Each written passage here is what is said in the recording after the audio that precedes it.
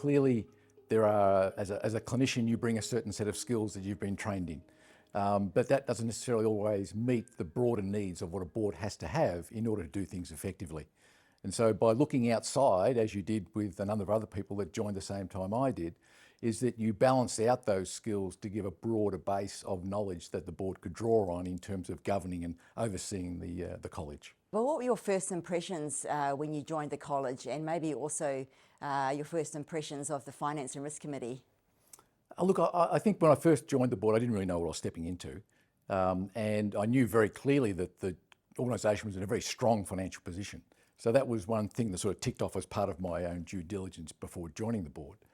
But I think from my perspective, it's always about, I like to look at finances, it's telling a story. And when I looked at the reporting, it wasn't telling me a story about where the college is at and where the college is heading from a financial point of view. And I think that's the really important thing for me, is to try and bring the numbers to life so that you're not sitting here looking through the detail of the balance sheet and the profit and loss. You're actually looking at the knowledge that is being provided to the board around this is what's actually happening in the business and this is how it's reflected in the numbers, rather than just looking at the dollars and cents. And I think because with my background in banking, both with ANZ here in Australia and with HSBC across Asia, I mean, risk is what I do. And that's, I guess, what my strength is in coming to the organisation. And so from a risk point of view, I think we had a long way to go in terms of making sure that we had a very clear understanding of how we were managing our risk and how the actual risk was actually sitting at any particular point in time.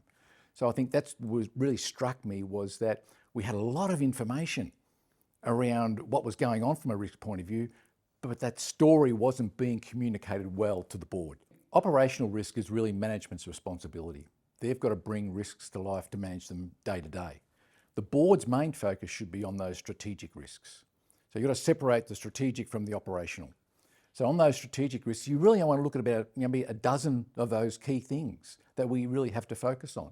And that's where I think it was lacking, that story about what are those big strategic issues that we aren't addressing. And I guess when I arrived, there are a couple of things that I really thought weren't front of mind with the board. And I guess cyber was the one that stood out for me most. And the fact that we didn't really have a good understanding of where our cyber risks were at. And there's been a lot of work done since then, not just because of my arrival. Will you raise it for us? Yeah, that we've now got a fantastic IT roadmap going forward, and we're now getting, as part of that roadmap, really focusing on our cyber risks. And I think we've now got a risk appetite that is clearly more practical and actionable for management. Because now we're sort of saying that, with Stefan's arrival as well, who has a very similar way of thinking about risk the way I do, so we do have that connection, is that he's now being able to sort of say, okay, if this is where you're at, this is what it means in an operational sense. If your risk appetite is saying this is where we are, then this is how it's going to come to life in an operational sense. And the board really stood back and is saying, well, we're happy with that. We're supporting you in doing that. Okay, off you go. And that's really the difference, I think, is to have a much clearer understanding of where we're at, what it's going to mean, and how then Stefan and his team can operationalise that and bring about the development and the progress that we want the members and the organisation to go through.